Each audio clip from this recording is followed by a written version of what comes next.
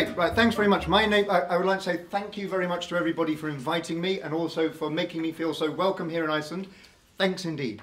I'm Tom Dawson. I work at the University of St Andrews and I also work with the SCAPE Trust, and SCAPE is Scottish Coastal Archaeology and the Problem of Erosion. And there's me in the middle and my two colleagues, Ellie and Joe, on either side.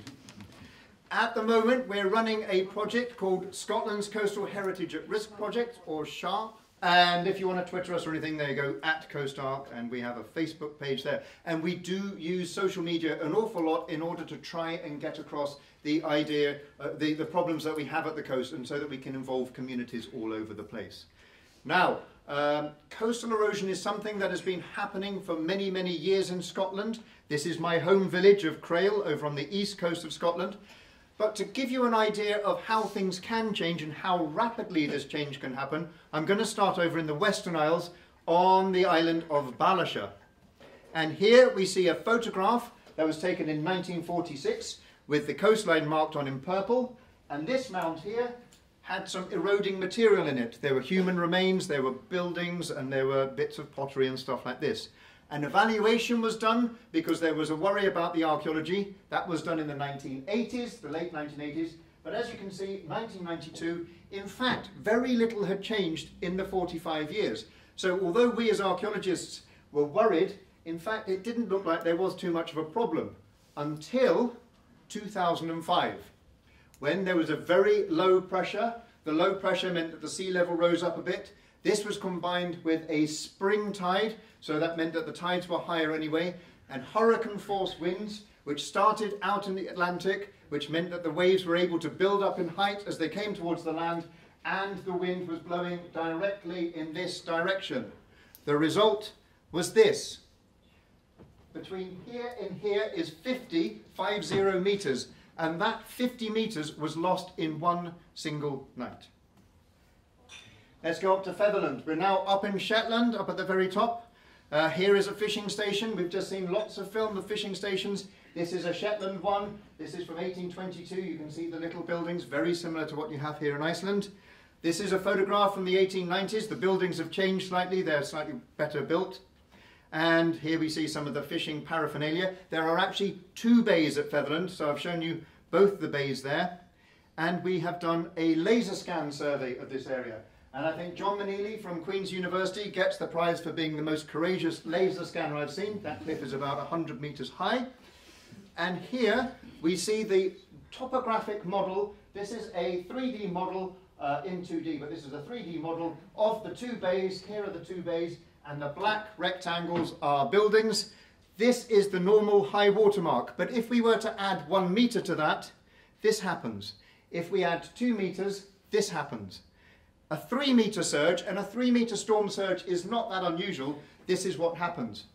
And this is one of the problems with fishing stations. The guys wanted to be close to the fish. They didn't want to necessarily live in the most sensible places. And so these places are very vulnerable. We're now going down the east coast. We're in Brora in Sutherland. And this wall was reported to us by members of the local community. We went along, we photographed it, and we started a project there. They were monitoring it. And within a few months, it looked like this. Within 2 years, it looked like this. When you see a wall eroding out of a section, it's very difficult to say what it is. Luckily, in this case, we were able to have a community excavation before this happened to the site. And what was actually there was this building. This building is, or I should say it was, the oldest industrial building in the Highlands of Scotland. Built in 1598, according to historical records, this building was used for evaporating seawater in order to make salt. So here we have an old salt pan, or we used to have an old salt pan. So what is at risk? We've seen lots of images in the earlier talks, but these are some Scottish examples. And everything that I talk about today obviously is Scotland, so things are going to be slightly different, and also the way that we approach things will be slightly different. But here are some Scottish examples. This is a broch. This is an Iron Age site. It's about 2,000 years old. Those walls there are about 3 meters high. Of course, you'll have things like this. These are hulks, and we also have shipwrecks where the sea has flattened out the remains, so only the stuff buried in the sand is surviving. This is a Norse building with later medieval stuff above it. Here we have some prehistoric stones on a beach. Skulls, human remains, easy to recognise. If it is the skull, the leg bones might not be so easy to recognise, but still very common. We have steering markers for ships to get into ports. This one's being eroded. This dates from the 1790s. This is an industrial gasworks that was once on land and is now on the beach.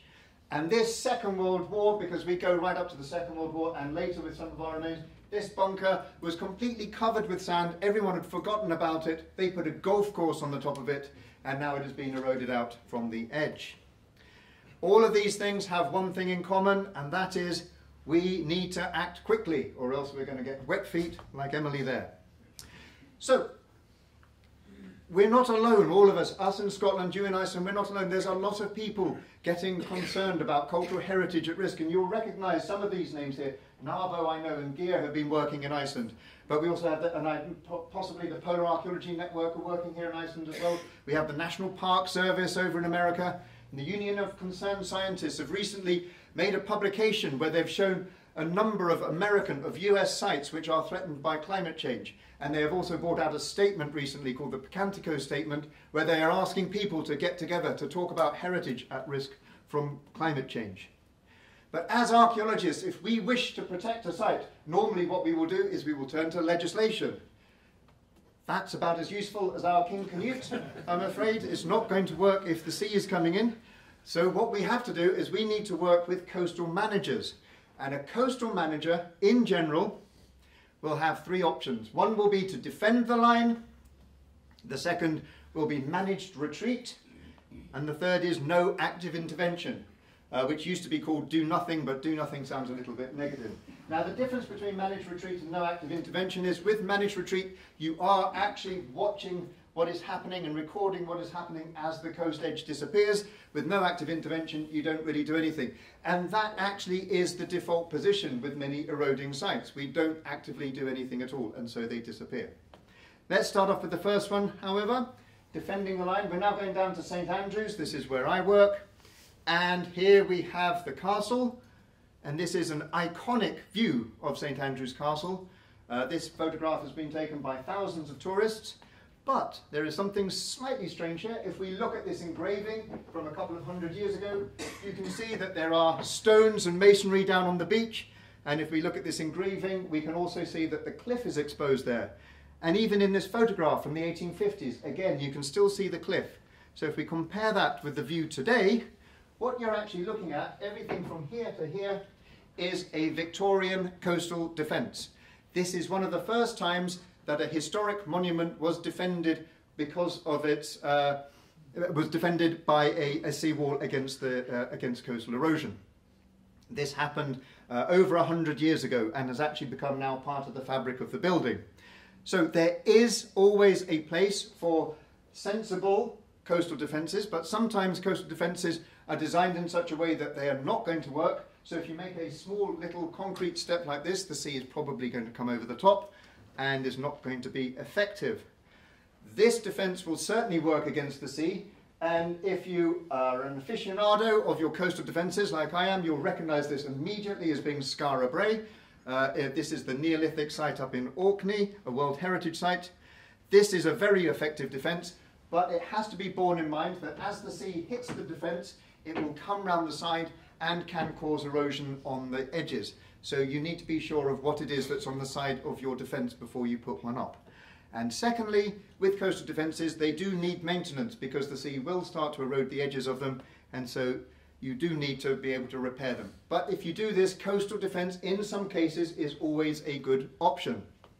However, before we are able to put up a defence, we need to know what it is that we need to defend. And in order to do that, we need to do surveys. We need to understand the resource.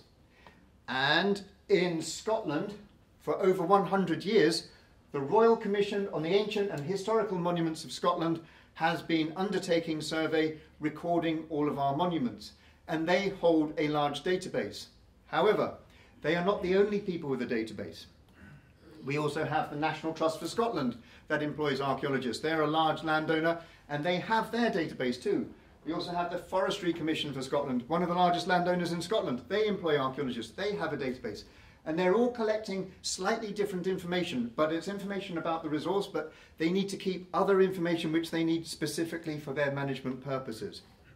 That's not a problem. Having different databases is not a problem, because we can bring all these data sets together. And here we see one of the Royal Commission data sets. This is called Past Map, and you can see here Canmore, these are the Commission records, but we also have the Historic Environment records. So this is the local authority, and they're actually recording two slightly different things. And you can click on one of these dots, and you can go straight to the Highland HER, or the Historic Environment record, and you can see the way that they've recorded the site. So in fact, we have the best of both worlds. In Scotland, we're able to see how the national organisations record things, and also how other people are recording things as well. We've linked them together. And the reason why this is good is because the Highland Council decides to put all the photographs, and here is photographs of our work at Brora up, and they also put the reports up, and it means that we're getting information that we can't get from the national record. We, as coastal archaeologists, record things which are again different from other people.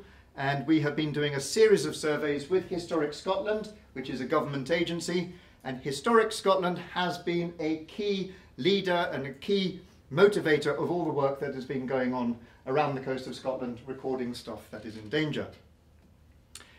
With the surveys, we always send out professional archaeologists to undertake the surveys, and with the coastal surveys, they record the geomorphology, the geology, the erosion class, and in this way we're able to get an idea of how threatened the land is, but they also record all the archaeological sites. This information is then put into gazetteers, and we then have been analysing this stuff. And to date, everything in blue are the areas that's been surveyed to date. Everything in red are areas which haven't yet been surveyed. However, the red areas are in general, especially on the west coast here, a harder rock and probably less prone to erosion. I should point out that Scotland has a coastline which is twice the length of England and Wales combined, and is the second longest coastline in Europe, so there is a lot to survey. The point being here that although we haven't finished our programme of surveys, we are starting to undertake action at some of the sites while the programme of surveys continues. So, to date we've recorded over 12,500 sites. That was a large number, and so we prioritised action depending upon the value of the site and also its vulnerability to erosion, and this led us to have a list of 322 top priority sites and another 600 odd of high priority sites, and it was decided that these are the places that we need to examine first. And this is where the Scotland's Coastal Heritage at Risk project comes in, because it's still a huge number of sites. So, at this point, very quickly, I'm going to talk about funding. In Scotland, we have been incredibly lucky, in the whole of the UK, to have the Heritage Lottery Fund. The Heritage Lottery Fund is basically the lottery is a gambling thing, and the proceeds that come in from this gambling are then used on heritage projects. And this has enabled a huge amount of heritage-related and archaeology-related projects to be undertaken in the United Kingdom. We've also had funding from the Crown Estate, from Historic Scotland, and also from a variety of local councils. And for individual projects, we've also had industrial sponsors and various other people. And it's been this mix of money coming in, which means that we've been able to achieve what we've been able to do. This is the result of the Coastal Zone Assessment Surveys. These are the reports in paper. We have put them all onto a website so that any member of the public can zoom in there, look at all the little dots, click on the information, find out about the site. But rather than just giving information out to people, what we have been asking people to do is tell us about how things have changed. We have been asking the public to help us with the surveys. So we had the professional archaeologists doing the surveys in the first place, but now we're asking the public to update our records, to send in photographs, to tell us where we've got things wrong. As an example, here we have an enormous lime kiln. Here's a photograph of it from the 1970s. And here's a photograph now, so you can see one of the walls gone, and that little red thing there, that is a person, so to give you an idea of the scale of this building. If you were to click on our map, you would be able to get to this page where you can prepare a shore update pack, and if you did that, you would get a PDF which had site information, a map, and a very, very simple survey form with multiple choice questions in general. Because it's multiple choice questions, it all goes onto your phone, so of course you can use it as an app. You can then walk out in the into the field using your phone's camera and GPS to update records.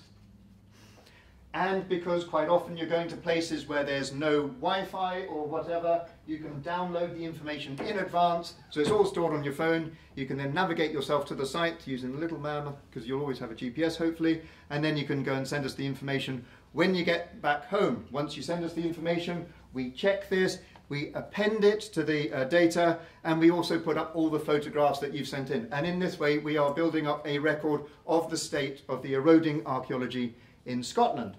And here are some photographs of pictures that we've had recently. Here's a prehistoric land surface that's eroding away with some trees in it. Here's Joanna from her shoulder up to these shells here. This is all midden material, and you can see just next to her there a corbelled cell, so that's probably going to be Neolithic. Here we have Ellie standing at an enormous site.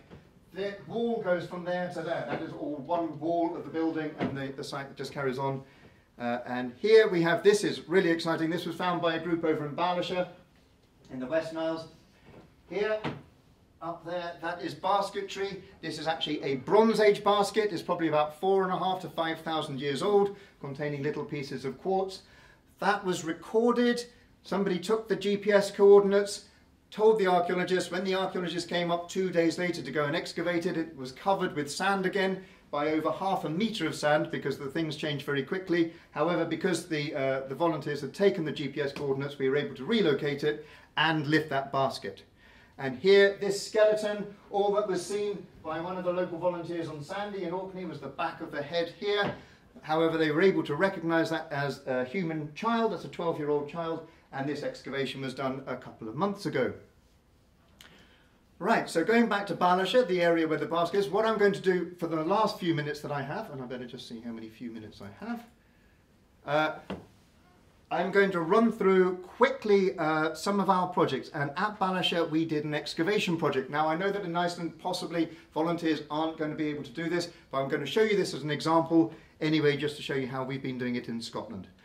First of all, we went out, this is after the storm. Although the site that I was talking about originally had been washed away, another site was exposed about 1 kilometre south of that. And first of all, we started surveying the things on the beach. And then we put a small test pit in, realised that there was actually a structure still surviving. So even though we're right on the beach here, the structures were surviving quite well. There are, of course, inherent problems about excavating on beaches. However, this photograph makes me extremely proud, because in fact there is only one professional archaeologist in that photograph. Everybody else is a teacher, is a farmer, crofter, postwoman or whatever. And this is after 4 years of working with them, going back each year and working with these people, training them up, showing them how to do the drawings and the recording and the registering and all the rest of it. We got to this stage. People who didn't want to actually do the excavation helped us out with taking things like, this is Annie MacDonald with a camera on the end of a fishing pole, who was able to take photographs like this. This is the site that we're excavating. It's just 1/2 of an Iron Age wheelhouse. So this is a 2,000-year-old circular building. So this was all underneath the beach. We thought there was going to be nothing left, but in fact the walls survived to over 1.5 metres deep. Within it we had strange things like this. This is a series of burnt animal bones, partially cremated animal bone, but this is a human atlas here, and this is part of an old woman's jaw. All thrown rather lovingly onto this grinding stone, this Iron Age quern. We also had this beautiful hearth where somebody had taken the clay and then had inscribed a cross in the clay while the clay was still wet. We had a series of these pits where somebody had taken animals and had taken all the bones, taken all the meat off and put all the bones together and then placed them into small holes underneath their floor, actually within the building. And then also this site, we were able to work with universities, both our own and other universities, and this is actually the University of Glasgow who took these. This is OSL, optically stimulated luminescence, and what we're doing here is we're dating individual grains of sand to give us an idea of the date of the site. So although this is a community excavation, it is also a scientific excavation being done to the highest possible standards involving universities and others. And here we see Anna, she's found a really nice weaving pattern, and we found these Iron Age weaving combs and various other things. And also for members of the community who didn't actually want to take part in the dig, the site was always open, and so we had a steady stream of people coming down to see what it was that we'd found, and sometimes people would just come and help out for half a day, and sometimes people would be there for the whole month. Moving on from that as well, as people got to learn within the community about what we were doing, we had a series of creative arts projects as well. So in this photograph, one that I love, here we see the archaeologists in their rather nerdy way drawing their drawings with great precision, where up above we have the artists, and the woman in red here I believe has probably an ostrich leg in her hand as she depicts the archaeologists at work. We've also been using video a huge amount, and a lot of we film every single one of the excavations that we do now, and our film has just been used by the BBC in the Digging for Britain project in the last couple of months, and we're filming stuff again for them this year. But also we give our film to other people, so Reagan Alsop was able to make this film, Heritage at Risk. It's a snappy title, Heritage at Risk, recording the history of Brora, Scotland before it's washed away. That is a really good film and it's worth watching. We've also been running photographic competitions, and here we see a photograph by Joe Niven up in Shetland, aged just 8, with his accessorised boot. So we've been trying to involve people in the archaeology and in the heritage in as many different ways as we possibly can. Now, slightly more ambitiously, we're going back up to Shetland to Crewster. So we've seen creative projects, we've seen excavation projects. We're now going to look at moving a site. So this is a burnt mound. Burnt mounds are rather, in general, rather boring accumulations of burnt stones that people used to throw into water to heat the water up. However, sometimes they do have surprises. So here we see an archaeologist digging through the mound of burnt stones.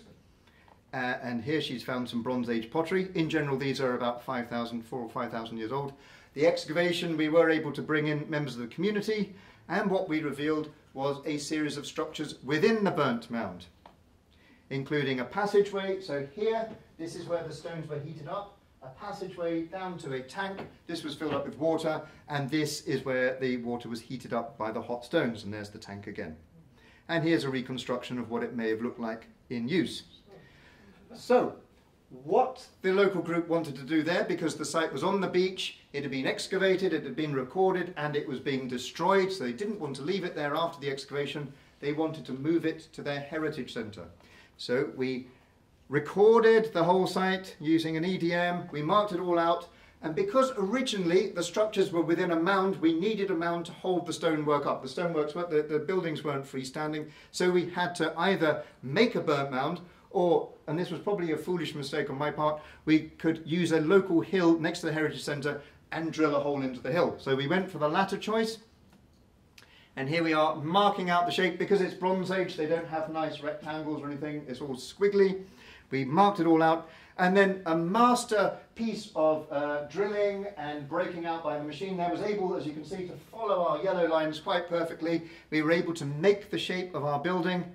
And then back at site, we numbered up every single stone, we photographed them, we drew them all, and then we started to hoik them out, and here they are. And in the background you can see Lerwick, and then we placed them, and these are the farmers moving this stuff, placed it all onto trailers, zoomed across the island, and then first of all we put the large orthostats in place, and then once we had 2 orthostats in, we then put the stonework in between it, and here we see the master builders, Rick and Jim, 2 dry stone dikers, dry stone wall masons, who were working on the project with us. We went from this nightmare scenario to this, almost exactly the same view, from that to that, in 5 weeks.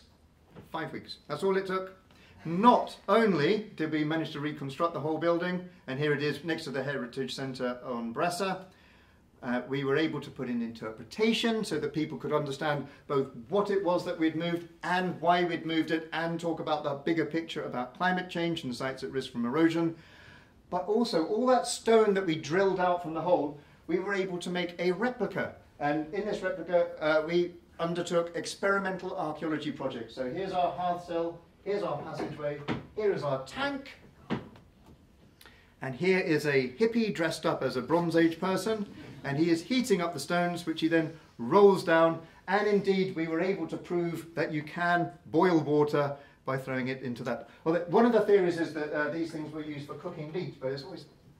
So another theory is it could be perhaps a sauna, or whatever. Now, when we have these experimental archaeology days, it also acts as a focus, and we're able to have wider open days, bring in visitors, tourists, and members of the community, and we have things like pottery making. We have an area where kids can go and do excavation within a sand pit, and of course we have interpretation within the museum as well, so that people can come in and learn all about the site. Very quickly, I'm going up to Muir, because having seen what we did at Crewster, Muir up in Orkney, the guys there had a burnt mound, bizarrely almost exactly the same as the other one. These things are very rare, I should say. There's only like 3 or 4 of them in the whole. Unfortunately, 2 of them were on beaches, and in both cases they wanted them moved. So the group at Muir wanted to do the same thing. I will be going back there next week to carry on, but we worked on this last year. But the reason I'm showing you Muir is because I want to talk about this aspect of one of the things that people can do. Here we see a hexacopter. These cost lots of money. Here we see a kite. These don't cost so much money, but if your camera falls off it, it costs lots of money then, so it'll be a shame. So you've got to be careful, as long as you know what you're doing. And I noticed that I think we've seen some hexacopter film previously.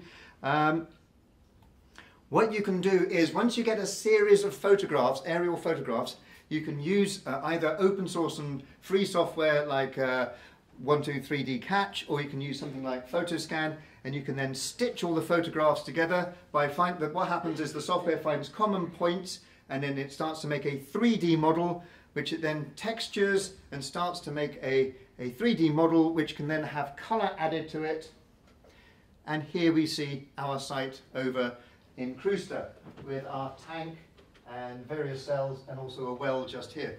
This is a full 3D model. You can rotate it, you can look into it, you can go into it and all the rest of it, but we've just used it there as a 2D site.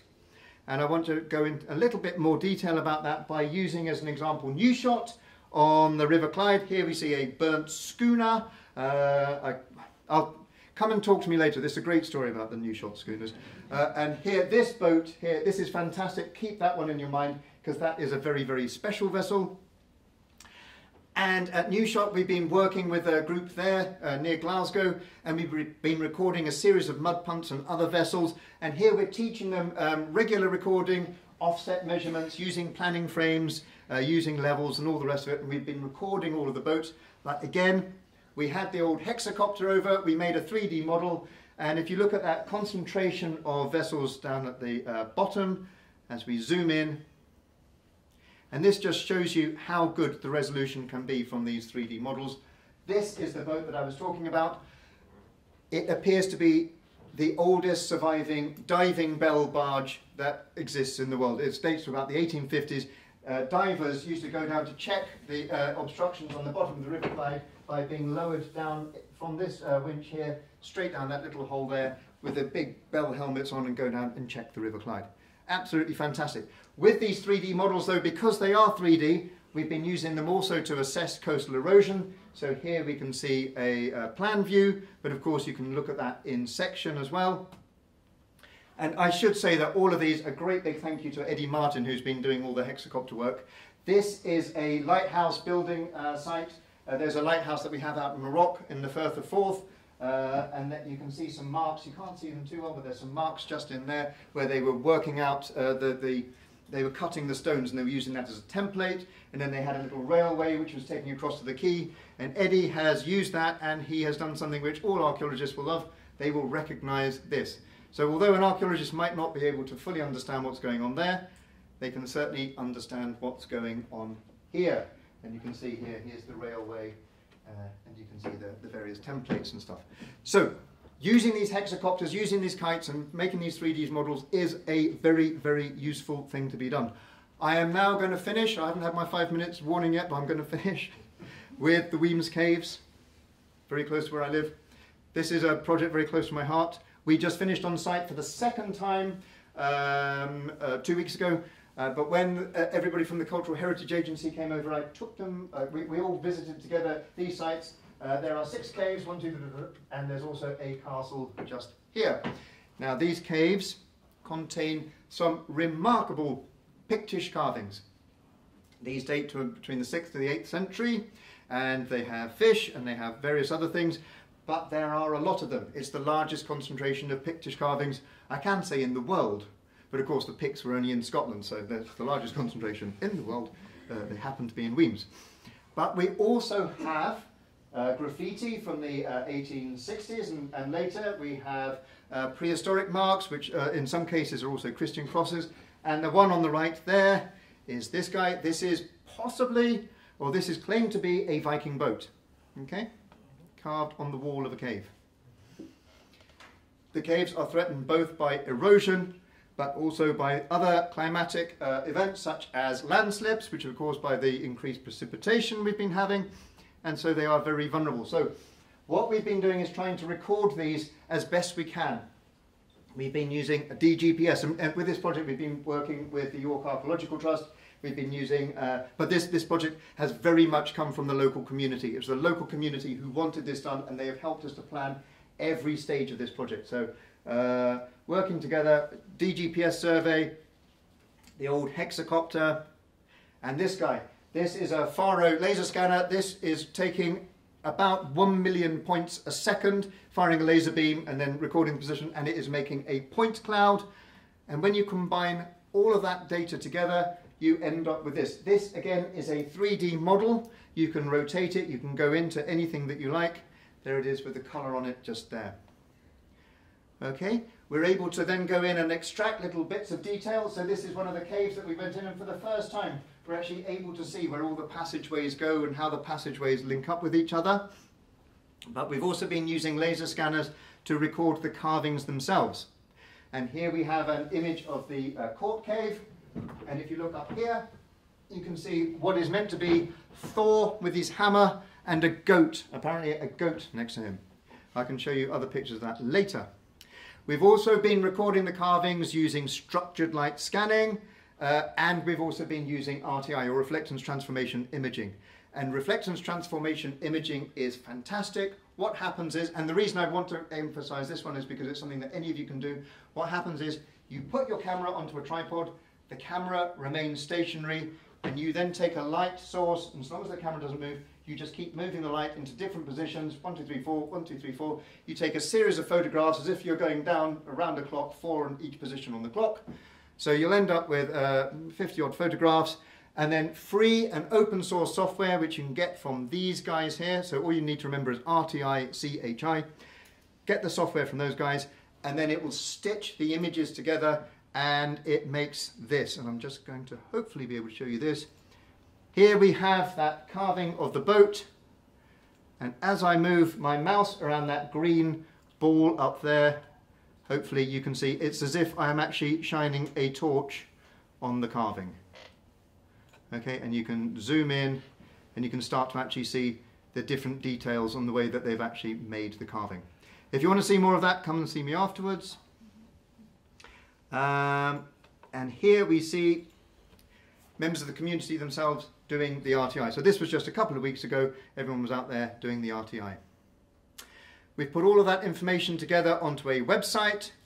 There's the address will be over the next few slides. And very quickly, what would happen if you go to this website, and this is the website as it was from the first stage of the project, which we did last year. So this is going to be so much better in about 6 months' time. But at the moment, you click, you enter the cave, you can then look around, you can pan around, look at the 3D model of what the cave looks like, look at the roof, look at the floor. And then when you see a carving, you can click on that carving, you can then bring up its outline, you can see its position within the cave. You can go and look at the 3D mesh, the high quality scan, which you can then twist around. And where there are panels of carvings, you can bring all of those up and then select one. And if there are any old engravings or drawings of it, you can click on those. You can see there's a series for the fish, and you can see how the thing has been depicted in the 1860s onwards. And here's the RTI, which I don't need to show you. And also we've made all of those RTI files available for anybody. So if you want to download them, because the web version has to necessarily be quite a small file in order to go through the internet because of the streaming speed. But if you want to download the full RTI files, we've made every single one of those carvings available, so anybody anywhere in the world can download this stuff and look at it at home. But more importantly, the project also brought together all the members of the community. We're trying to teach people about what it is that they have within the caves to try and stop accidental damage to the carvings, because a lot of people don't realise they're there. So we gave the kids sheets and we asked them to run around and identify where the carvings were. We also held sessions where we asked members of the public to share their memories. We had interviews.